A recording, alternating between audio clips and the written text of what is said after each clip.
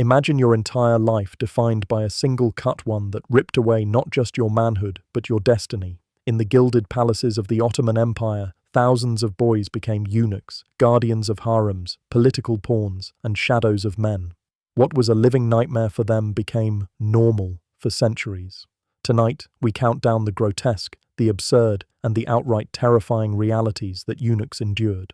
Buckle up.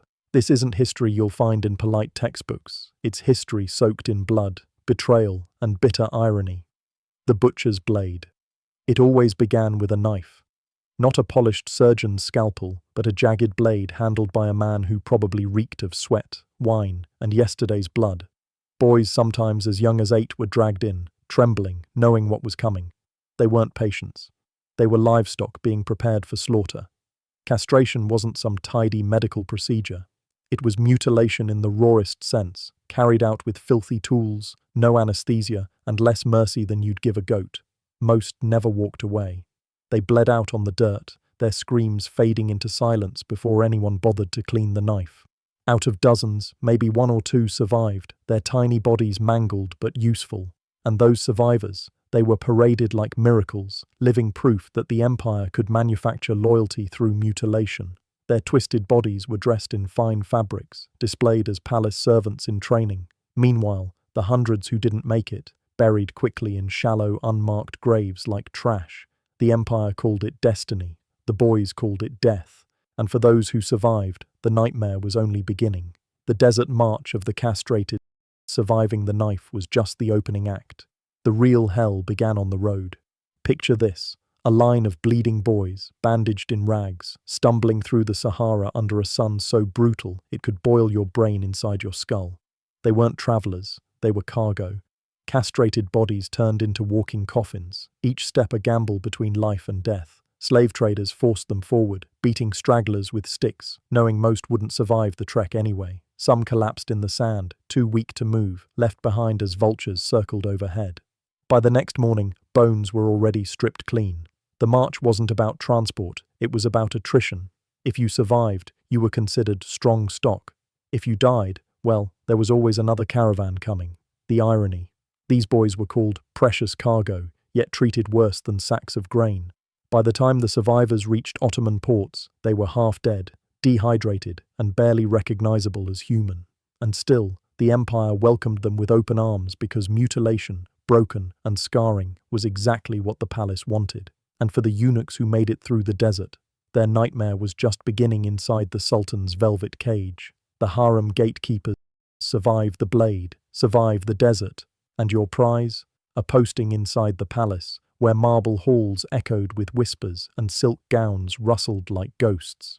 Eunuchs became the guards of the Sultan's harems, lavish cages where hundreds of women lived, dressed in jewels yet chained by invisible locks. Imagine the cruelty. You've been mutilated, broken, half dead, and your reward is to spend every day surrounded by forbidden beauty you can never touch.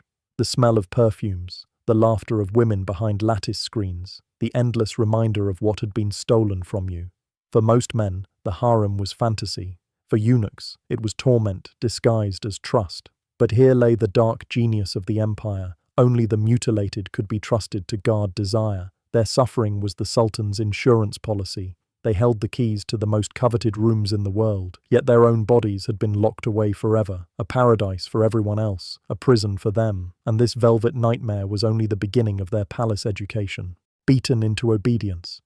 Life in the palace wasn't just silk cushions and gold lanterns. For eunuchs, it was a boot on the neck, literally. They lived under constant threat of violence, where the smallest mistake could summon pain. Spill a cup of sherbet, expect a whip across your back. Miss a detail in a harem report, get flogged until your skin peeled like old parchment. Punishments were often public. Eunuchs were lined up, beaten in front of their peers, not because the Sultan cared about spilled drinks, but because pain was a language of control. They weren't quite slaves, not quite men, but always disposable, and disposable things need reminders of their place. The irony? These were the guardians of the empire's most precious treasure, the Sultan's wives and concubines, yet the palace treated them like defective furniture. Obedience was carved into their flesh with each lash. Loyalty wasn't rewarded with honor, but with scars. The lesson was simple. In the Ottoman court, survival meant silence. service, and scars hidden beneath silk robes. And for a few, this brutality became the fuel for something far darker ambition. Puppet masters in shadows. You'd think mutilation and beatings would keep eunuchs broken forever, but the Ottoman palace had a way of turning victims into monsters. Among the ranks, a few clawed their way into terrifying power. The chief black eunuch known as the Kuzlar Arsa wasn't just a servant. He was the whisper in the Sultan's ear, the shadow behind the throne, the man who decided who lived in velvet and who rotted in chains. These eunuchs held the keys to more than harem doors. They controlled access to the Sultan himself, dictated which viziers rose or fell, and sometimes even shaped the empire's wars, all from the shadows. They were mutilated, mocked, and less than men, yet princes and generals bowed before them. The grotesque irony. The very act meant to strip them of power. The knife gave them unrivaled influence. Their lack of heirs made them safe, their suffering made them loyal, and their position made them dangerous. Some eunuchs became kingmakers, others executioners in silk robes. They were living proof that sometimes the weakest-looking pieces on the chessboard are the ones toppling kings. But even puppet masters can't escape the strings of fate. Lonely graves, forgotten lives. For all their power in life, eunuchs were destined for silence in death.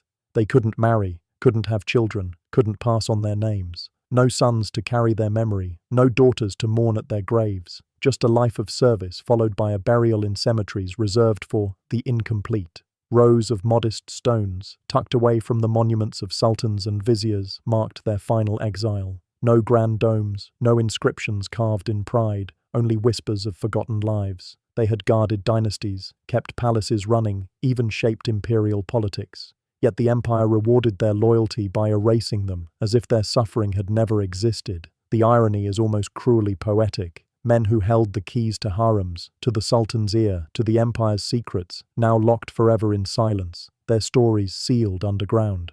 History remembers the emperors, the wars, the conquests, the eunuchs, just ghosts in the margins, vanishing into unmarked soil. But their absence is its own testimony. The Ottoman court may have forgotten them, but history hasn't. For the Ottomans, eunuchs were tools, cut, marched, beaten, used, discarded. What was normal for them was a nightmare carved into flesh, and yet, through their pain, they shaped one of history's greatest empire's guardians, politicians, ghosts in the palace halls. Today their graves lie forgotten, but their story remains a grotesque reminder. Sometimes power is built not on glory, but on mutilation and silence. So the next time you hear about the splendor of the Ottoman court, remember the eunuchs, the empire's darkest open secret.